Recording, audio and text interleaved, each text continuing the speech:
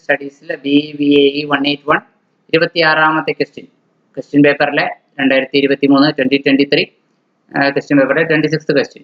ഊർജ്ജഗ്രാം refers to. Urjagram എന്താണ്? 4 options നൽകിയിരിക്കുന്നു. Urjagram is a concept initiated by the government of India to promote energy conservation. Energy conservation promote ചെയ്യാൻ വേണ്ടിയിട്ട് government of India initiate ചെയ്ത പ്രോഗ്രാമാണ്. അതുപോലെ തന്നെ എനർജി എഫിഷ്യൻസി റൂറൽ ഏരിയയിൽ കൊണ്ടുവരിക. ദ ടേം ഊർജ്ജഗ്രാം എന്ന് പറഞ്ഞാൽ അതിന്റെ മീനിങ് എനർജി വില്ലേജ് എന്ന് വേണമെങ്കിൽ ഇംഗ്ലീഷിൽ നമുക്ക് ട്രാൻസ്ലേറ്റ് ചെയ്യാം. അപ്പോൾ ഇവിടെ ഊർജ്ജഗ്രാം പ്രോജക്റ്റിന്റെ ഓപ്ഷൻ 1 അവർ നൽകിയിരിക്കുന്നത് ഇൻകറക്റ്റ് ആണ്. ഓപ്ഷൻ 2 ഇൻകറക്റ്റ് ആണ്.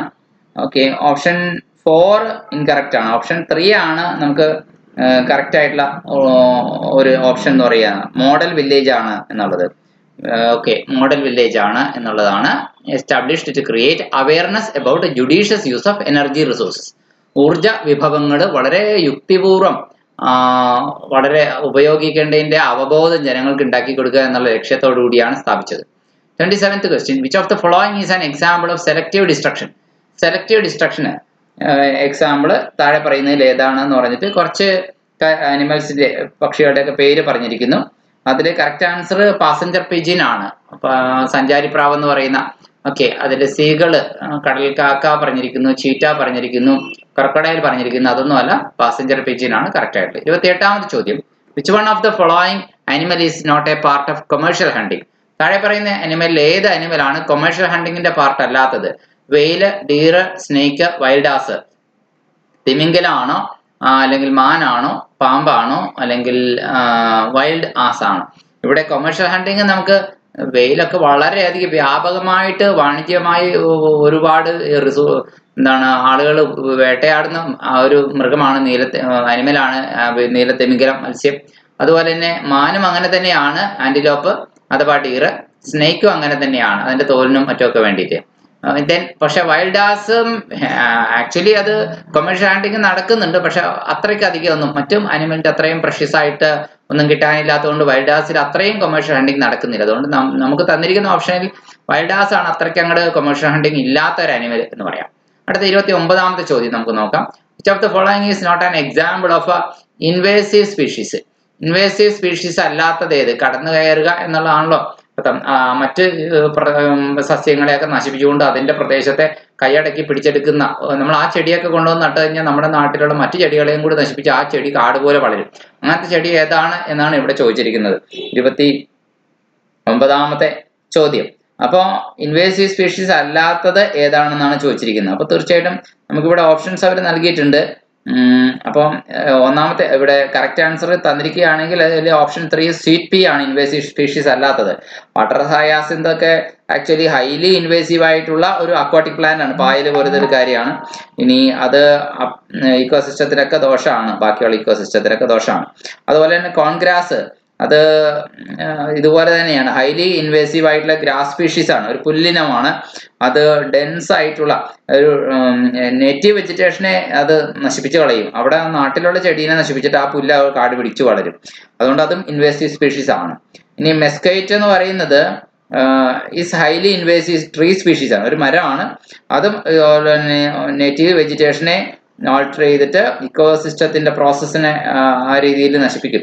അതുകൊണ്ട് നമുക്ക് പറഞ്ഞിരിക്കുന്നതിൽ CP ആണ് ഒരുവിധം കറക്റ്റ് ആയിട്ടുള്ള ആൻസർ എന്ന് പറയാം. ഇനി അടുത്ത ചോദ്യം നോക്കാം.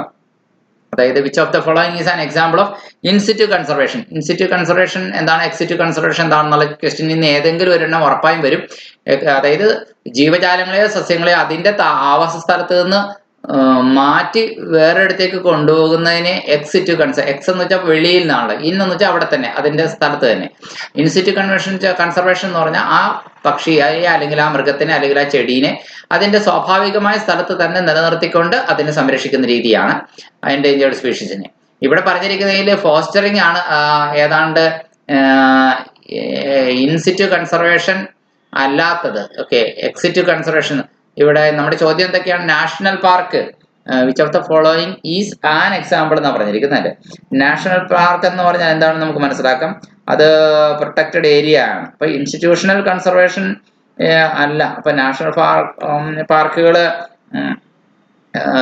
അവിടെ തന്നെ നിലനിർത്തിക്കൊണ്ടാണ് ആ ജീവിയെ അവിടെ. അതുപോലെ തന്നെ സുവോളജിക്കൽ പാർക്ക് ഏതാണ്ട് അങ്ങനെ തന്നെയാണെന്ന് പറയാം. ക്യാപ്റ്റീവ് ബ്രീഡിംഗ് ആണെങ്കിലും അങ്ങനെ തന്നെയാണ്. ഫോസ്റ്ററിങ് എന്ന് പറയുന്നത് എക്സിറ്റീവ് ആണ്, തീർച്ചയായിട്ടും എക്സിറ്റീവ് ആണ്, എക്സിറ്റീവ് കൺസർവേഷൻ ആണെന്ന് പറയാൻ സാധിക്കും. ഇനി അതുപോലെ തന്നെ which of the following is a ഫോസ്റ്ററിങ്ങിനെ കുറിച്ച് ഒരു ക്വസ്റ്റ്യൻ പേപ്പർ ചോദിച്ചിരിക്കുന്ന വൂഫിംഗ് ക്രെയിനെ അതിന്റെ മുട്ടകൾ എടുത്ത്, അതായത് ആ കൊക്കിനത്തിന്റെ മുട്ടകൾ എടുത്തുകൊണ്ടുവന്ന് വേറെ ഒരു പാരന്റിനെ, ഫോസ്റ്റർ പാരന്റിനെ വെച്ച് കൊടുത്തിട്ട് വിരിയിച്ചെടുക്കുന്ന രീതിയാണ്. ചില കടലാമകൾ അവിടെയൊക്കെ മുട്ടകൾ ഇതേപോലെ ഫോസ്റ്ററിംഗ് ടെക്നിക്ക് അപ്ലൈ ചെയ്യാറുണ്ട്. ഇനി അടുത്ത which of the following is A non point source pollutant. Pollutant എന്ന് പറയുന്നത് മലിനകാരിയാണ്. ഒരു ഫാക്ടറിയിലെ കുഴലിൽ നിന്ന് പുറത്തേക്ക് പുഴയിലേക്ക് ഒഴുക്കി വിടുന്ന ഒരു കുഴലുണ്ടെങ്കിൽ അതൊരു പോയിന്റ് സോഴ്സ് ആണ്. അതായത് മലിനജലം പുറത്തേക്ക് ഒഴുകുന്ന ഒരു പോയിന്റ്, ആ പോയിന്റ് ആയിട്ട് നമുക്ക് പറയാൻ പറ്റും. അല്ലെങ്കിൽ ഒരു പുകക്കുഴൽ, ഒരു ഫാക്ടറിയുടെ ചിമ്മിനി അല്ലെങ്കിൽ ഒരു വീടിന്റെ ചിമ്മിനി ആയാലും മതി, അതിലൂടെ ഒഴുകുന്ന എഫ്ലുവന്റ് അഥവാ മലിനീകരണ വസ്തുക്കൾ ഡിസ്ചാർജ് ചെയ്യപ്പെടുവാണെങ്കിൽ അതൊക്കെ പോയിന്റ് സോഴ്സ് ആണ്. പൈപ്പിലൂടെ, ഇൻഡസ്ട്രിയുടെ പൈപ്പിലൂടെ വരുന്നത് അല്ലെങ്കിൽ ചിമ്മിനിയിലൂടെ വരുന്നത് ഒക്കെ പോയിന്റ് സോഴ്സ് ആണ്. Dumping of toxins in A confined area, മാരക വിഷമുള്ള വസ്തുക്കള് ഒരു പ്രത്യേക കുഴിയില ഒരു പ്രത്യേക പ്രദേശത്തെ കൊണ്ട് ഡംപ് ചെയ്യുന്നതും ഒരു പോയിന്റ് സോഴ്സ് ആണ്. പക്ഷേ run off from agricultural field അത് നമുക്ക് പോയിന്റ് സോഴ്സ് പറയാൻ പറ്റില്ല. കൃഷി സ്ഥലങ്ങളിൽ നിന്നും പാടങ്ങളിൽ നിന്നും ഒക്കെ ഒഴുകിപ്പോകുന്ന റൺ ഓഫ് അത് എങ്ങോട്ടൊക്കെ ഒഴുകുമെന്ന് നമുക്ക് പറയാൻ പറ്റില്ല. കൃത്യമായി ഉറവിടം ഇല്ലാണ്ട് പലയിടത്തേക്ക് ചിതറിയായിരിക്കും, അല്ലെങ്കിൽ റോഡിലൂടെ ഒഴുകുന്ന ഓയിൽ ലീക്കേജും മറ്റുമൊക്കെ പല കാനകളിലൂടെ പലയിടത്തേക്ക് ഒഴുകും. അതൊന്ന് പോയിന്റ് സോഴ്സ് കറക്റ്റ് ആയിട്ട് ഒരു സ്ഥലത്തേക്ക് പല സ്ഥലത്തു കൂടെയാണ് ഒഴുകുന്നത്. ഒരു പർട്ടിക്കുലറായ പോയിന്റ് സോഴ്സിൽ നിന്നല്ല ആ മാലിന്യങ്ങൾ ഉണ്ടാവുന്നത്. അടുത്ത ചോദ്യം, which of the following is not a primary pollutant. താഴെ പറയുന്നതിൽ ഏതാണ് പ്രൈമറി പൊല്യൂട്ടന്റ് അല്ലാത്തത്?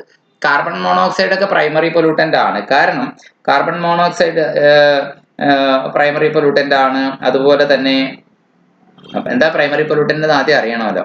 പ്രൈമറി പൊല്യൂട്ടന്റ് എന്ന് വെച്ചാൽ എൻവയോൺമെന്റിലേക്ക് ഡയറക്റ്റ് ആയിട്ട് എമിറ്റ് ചെയ്യപ്പെടുന്ന സാധനമാണ്. കാർബൺ മോണോക്സൈഡ് എങ്ങനെയാണ് ഉണ്ടാവുന്നത്? തീർച്ചയായിട്ടും ഫോസിൽ ഫ്യൂവല് പൂർണ്ണമായും കത്തിത്തീരാതെ ഉണ്ടാകുന്ന പുകയാണ് കാർബൺ മോണോക്സൈഡ് എന്ന് പറയുന്നത്. CO എന്നാണ് അതിനെ, അല്ലെ? കാരണം emitted carbon monoxide is emitted from incomplete combustion of fossil fuel എന്നാണ് നമ്മൾ പഠിച്ചേക്കുന്നത്.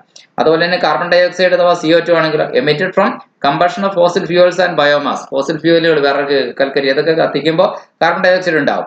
സൾഫർ ഡയോക്സൈഡോ SO2 അതും ഇതുപോലെ തന്നെയാണ്. ഫോസിൽ ഫ്യൂവൽ കത്തിക്കുമ്പോൾ ഉണ്ടാവുന്നതാണ്. പ്രത്യേകിച്ചും കൽക്കരിയും ഓയിലും കത്തിക്കുമ്പോൾ സൾഫർ ഡയോക്സൈഡും ഉണ്ടാവും. പക്ഷെ സൾഫ്യൂറിക് ആസിഡിന്റെ കാര്യം അത് പ്രൈമറി പൊല്യൂട്ടന്റ് അല്ല. പ്രൈമറി പൊല്യൂട്ടന്റ് സെക്കൻഡറി പൊല്യൂട്ടന്റ് ആണ്. കാരണം പ്രൈമറി പൊല്യൂട്ടന്റ് അത് പിന്നെയും അറ്റ്മോസ്ഫിയറിലെ മറ്റു വസ്തുക്കളുമായി കൂടിക്കലർന്ന് ഒരു രാസപരിണാമം ഉണ്ടാകുമ്പോഴാണ് അത് ഈ സൾഫ്യൂരിക് ആസിഡ് ഉണ്ടാവുന്നത്. ഈ സൾഫ്യൂരിക് ആസിഡ് വാസ്തവത്തിൽ ഈ ആസിഡ് റെയിൻ അഥവാ അമ്ലമഴയൊക്കെ ഉണ്ടാവാനായിട്ടുള്ള ഒരു മേജർ കമ്പണന്റ് കൂടിയാണ്. എന്തായാലും സൾഫ്യൂരിക് ആസിഡ് ആണ് ഈ പറയുന്നത് പോലെ സൾഫ്യൂരിക് ആസിഡ് ആണ് H2SO4 എന്നൊന്നും പറയും കേട്ടോ. അതാണ് നമുക്ക് ഒരു പ്രൈമറി പൊല്യൂട്ടന്റ് അല്ല, സെക്കൻഡറി പൊല്യൂട്ടന്റ് നമുക്ക് പറയാവുന്നത്.